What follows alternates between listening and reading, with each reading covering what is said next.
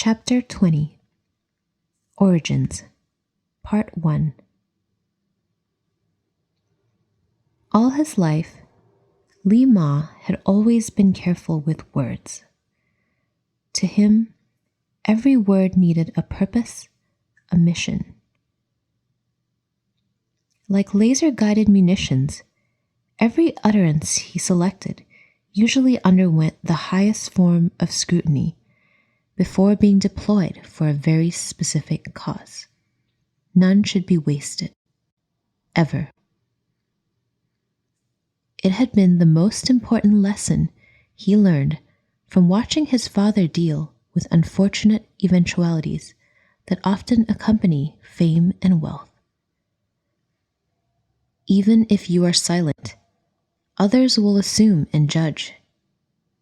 Choose your words carefully, he had told a young Li long ago. And he never forgot that lesson. He lived by it. Through his demeanor, actions, and presence, he presented himself to others, turning to speech as a last resort. Not because he couldn't find the right words, but because there were not nearly enough of them to express the great depth of his understanding or feeling.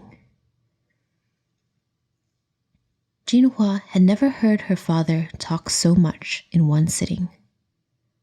The short bursts of speech she was accustomed to were replaced by flowing sentences with descriptive vocabulary and impactful visuals. The result was a crystal clear idea of how things went down. At least it was like that for the first part of his story. Who knew he was so loquacious? A captive of his every word, she felt 5 years old again, while a younger version of her dad read her a bedtime story to stoke her imagination before trying to get her to go to sleep. Except this time, she was one of the protagonists of the story, and the things he described had actually happened. Like for real. With every new revelation, new questions surfaced in her mind, each one in need of elaboration and exploration. She held onto them for later, not wanting to break the flow of her father's rare, chatty mood. He started with a brief history of Cereus. The organization was founded in 2024 by 4 visionary founders. Its original goal was to advance humankind by reorganizing society in a way that empowered individuals to live as complete human beings. She wasn't sure what he meant by complete. It also sought to preserve planet Earth's valuable resources more effectively than had been done since the entire world began its economic boom following the conclusion of the Second World War. Preserve people and planet had been its early motto. Cereus began as an online-only counterculture movement. But on the social media platforms of old, word got out about a way of life that would allow people to live comfortably, participate in shaping local policies, and, if they desired, politics, in a small way, while allowing them to explore latent talents. Many flocked at the opportunity, abandoning dwindling employment options in the ancient megacities for smallish settlements run by Cereus's leadership. These were called Comvilles, with the first active one established there in Yuba City. When the refugees from the cities arrived, the organization helped guide them towards employment via educational committees. They consisted of regular people who were already skilled in some field or trade. The committees provided training, mentorship, and credentialing, if necessary, to any person who wanted it. Proficiency in a particular skill or trade took priority over the need for profit, a characteristic which had made many of the educational monoliths of the past inefficient and unaffordable. His mention of the committees invoked fond memories for Jinhua. They had been one of the best parts of her childhood. The thought of sitting in a classroom for 8 hours a day, from age 5 to 18, learning superficial knowledge in subjects like math, English, and science, made her feel profound pity for the students of the past, and happy to have been born in the mid-21st century in Cereus society. She forced her attention back onto her father when he mentioned Limnic for the first time. He labeled it as a dark clone of Cereus, similar in every way to its predecessor, except for the fact its followers would turn to violence if necessary in order to execute the motto that Cereus coined. She had heard of it on the news and a little about it in the history committees of her youth, but outside of that had no knowledge of them. To her, they were just a terrorist organization that blew up buildings. Sometimes people were inside. Her father continued speaking. Jinhua listened to a somewhat redacted version. She could tell when details were being left out of his role in Cereus as the chief of intelligence. He described some of the basic functions that he carried out in the organization and how those duties led him to work with certain people who were sometimes considered bad by others. Bad? Come on, Dad. I'm not 5 years old anymore. She kept her comment to herself. Jinhua gasped with horror when he mentioned some of the details of his experience during the protests that morning. The way he evaded a pack of angry protesters, used a Jedi mind trick on the guards, and arrived at his office unharmed was simply badass. Straight out of an action movie, were the words she used to describe it in her mind. She didn't appreciate his recklessness, but she was happy to know he could handle himself, even at his advanced age. Then he told her about how he had been captured by a known Limnic sympathizer and collaborator known as the Terminator. He was apparently one of his longtime points of access into Limnic, served as a valuable conduit of information, and possessed a highly trained team of commandos that was a formidable fighting force on the battlefield. When she asked him why he was called the Terminator, he laughed and responded, "It's because he has so many mechanical and digital augmentations in his body that although he appears human, he is more machine than man at this point." The nickname comes from the Terminator movie series, which began with the 1984 film of the same name.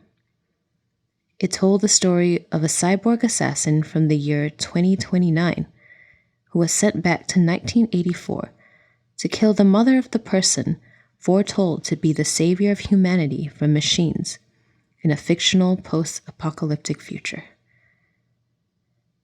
The plot of the movie sounded funny to Jinhua. What strange movies her grandparents had enjoyed. The moment of levity was brief. It was cut short when Lee confessed that his staged kidnapping had been a ruse, in order to fool the leader of Limnic into thinking that the Terminator, who also worked with Limnic on occasion, was still loyal to him. The leader, who her father conveniently forgot to name, was one of the founders of Cereus, but he had gone rogue and started his own organization because he thought Cereus could not accomplish its mission effectively. Protests? Terrorists? Voluntary kidnapping? Movies from the 1980s? It was a lot to process, even for Jinhua. She knew her dad wasn't working in a cubicle in some boring office all day, but she had no idea that his work was so dangerous. She wiped nervous sweat onto her shorts and reminded herself to calm down. It was hard to do. The questions were piling up so fast, so high, that they interrupted the normally flawless firing of neurons in her brain. It felt like her head was taking on water and might capsize any moment, like a giant ship lost at sea. To make matters worse, she could tell that he was not providing her with all of the relevant information by the way some of the story threads abruptly ended and began. Some facts just felt off. Not like outright lies, but different pieces to the wrong puzzles. It was like interacting with an artificial intelligence friend or eating a completely synthetic meal. The experience was there, but in the background, something was missing. Something that would make it feel like a full and satisfying experience. She requested a break. Her father happily agreed, looking like he could use one himself. To her surprise, he remained on the stool, hunched over, thinking, as she made her way to the heavy oak door. It took some force for her to pull it open, and her eyes blinked rapidly as they adjusted to the normal, soft light of the hallway. A brilliant summer sunset gave the last of its dying light outside, yielding its nightly display of evening color. Jinhua did not stop to take it in, but just headed directly to the bathroom down the hall. Feeling a little better, she turned to the sink and splashed water on her face. While washing and drying her hands, she studied herself in the mirror. Her face was deeply tanned from walking out in the sun. 2 brown sunspots emerged on her right cheek from overexposure to ultraviolet, or as she liked to call it, ultraviolet radiation. The pimple from that morning had gone down and no longer stung when she moved her cheek. Jinhua sighed, wondering if they should continue. Her father was clearly drained and seemed to be losing steam with each new sentence he uttered. And she was starving. She recalled their reservation at the restaurant to celebrate her acceptance into the Space Cadet program. I doubt we'll make it. The lack of windows in Lee's study had warped her perception of time. A quick glance at her device informed her it was already 7:10. Yep, probably won't make it. Her thoughts turned to Daniel. Is he still here? She wondered. Probably so. She had not heard the front door open, and she remembered glancing toward one of the monitors on the back wall. He had been sitting patiently in the great room on the screen. He's been super supportive today. I wonder what Harpreet will say about that. Jinhua knew she was stalling her return to the study. Her distracting thoughts were a symptom of her fatigue and hunger. After another definitive splash of water on her face, she walked out of the bathroom, determined to finish the conversation, no matter how ugly it gets. When she arrived back in the study, she found Lee slumped over on the surprisingly comfortable stool. His elbows on his thighs, fingers interlaced, eyes closed. She felt hesitant to disturb him from the much-needed and deserved moment of rest. Dad?" she said, her voice small and gentle. Lee's eyes fluttered open. A warm smile found its way to his face. "Oh, sorry, I dozed off." He stretched his arms in front of him and yawned. "What were we talking about?" Jinhua returned to the stool in front of him. "You said you would tell me about the document reader I found with my name on it." "Oh, right." He looked away from her. Jinhua sensed that they were heading into uncomfortable territory. It had been easy for him to talk about work and business matters, but personal ones had always been a struggle. "Look, Dad, we don't have to talk about this right now if you don't want to. We've both had a long day. It's only..." She glanced at the clock on her device. 7:15. We can still make that dinner reservation at the restaurant if we hurry." Lee gave a weak smile. His weary eyes looked at his daughter for several seconds, weighing whether or not to take the out she had given them both from this conversation. A conversation he had rehearsed an infinite amount of times since the day she was born. How can I tell her? Jinhua felt bad for him. The gravity of hundreds of micro-decisions made throughout that day alone seemed to cause the skin on his face to hang. Combined with the rare look of indecision on his face, he looked like the archetype of an average citizen of the developed world. Confused, withered, elderly. She's ready to hear it. She must hear it. "No, it's all right. I'll say what I have to say, here and now." Some of the surety had returned to his voice. Jinhua nodded, understanding, appreciative of his mental fortitude. "Jinhua..." He sighed heavily. "My father, your grandfather, was a wealthy businessman. He was heavily interested in the field of genomics back in the 20s. At the time, scientists had already mapped the human genome, but were then looking to learn how to manipulate it in order to treat and eventually prevent certain ailments that were notoriously caused by faulty DNA.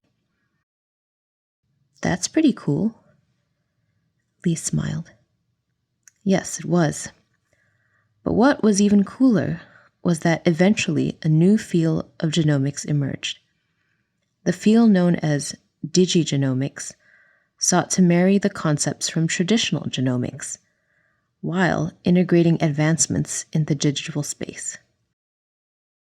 Digigenomics essentially harnessed the power of biotechnology, artificial intelligence, machine learning, big data, and even traditional computer programming in order to do something that humans have tried again and again to do successfully for millennia: create a human being.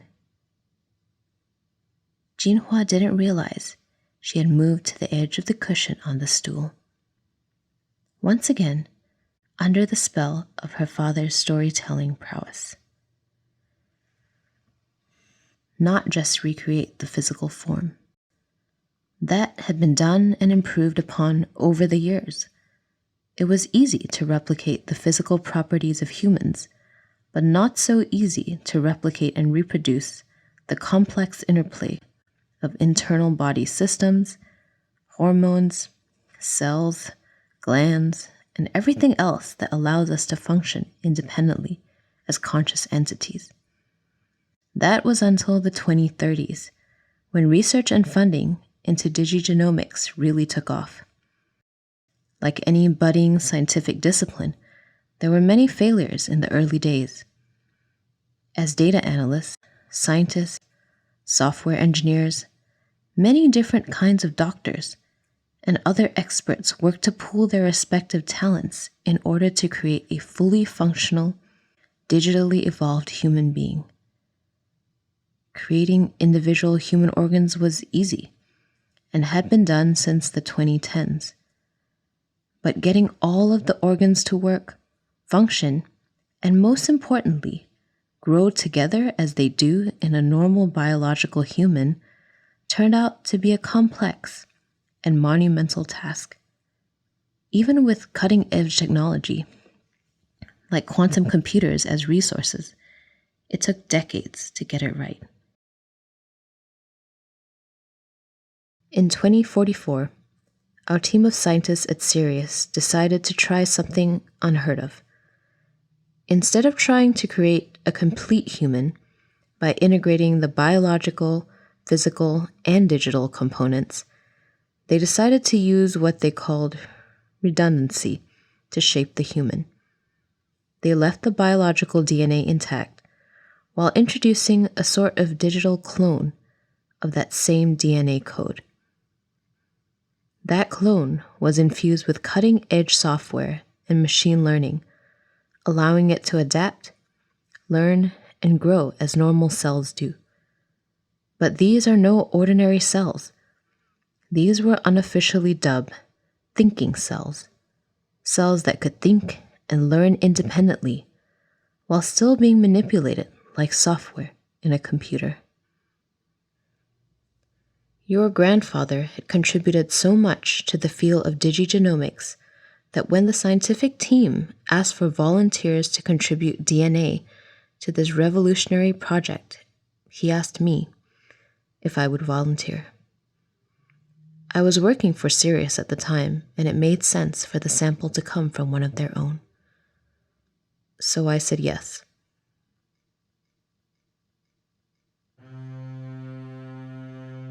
Lee's eyes fixed on Jinhua's, a grave expression on his face.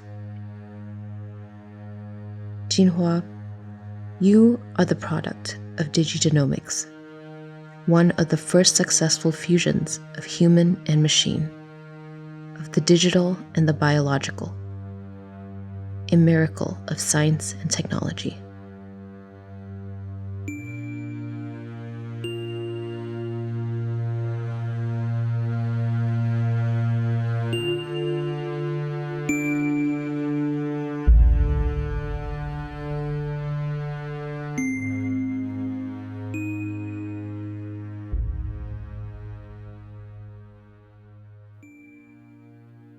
Thank you for listening to another episode of the Cereus Limnic episodic audiobook podcast. If you enjoyed it, please consider sharing and subscribing. And if you have time, don't forget to leave a review on your podcast provider of choice. Are you interested in getting involved with the audiobook? If so, head over to my website, keithhayden.net, to subscribe to my newsletter. In it, you'll receive exclusive opportunities to interact with me directly and ask questions or make comments related to the story. Your questions and comments may be featured on future episodes of the podcast. How cool is that? You can also find me on Twitter at KH_author, YouTube on my channel, Keith Hayden-author, and on LinkedIn. Just search for my name, Keith Hayden. That's all for now. See you in the next episode.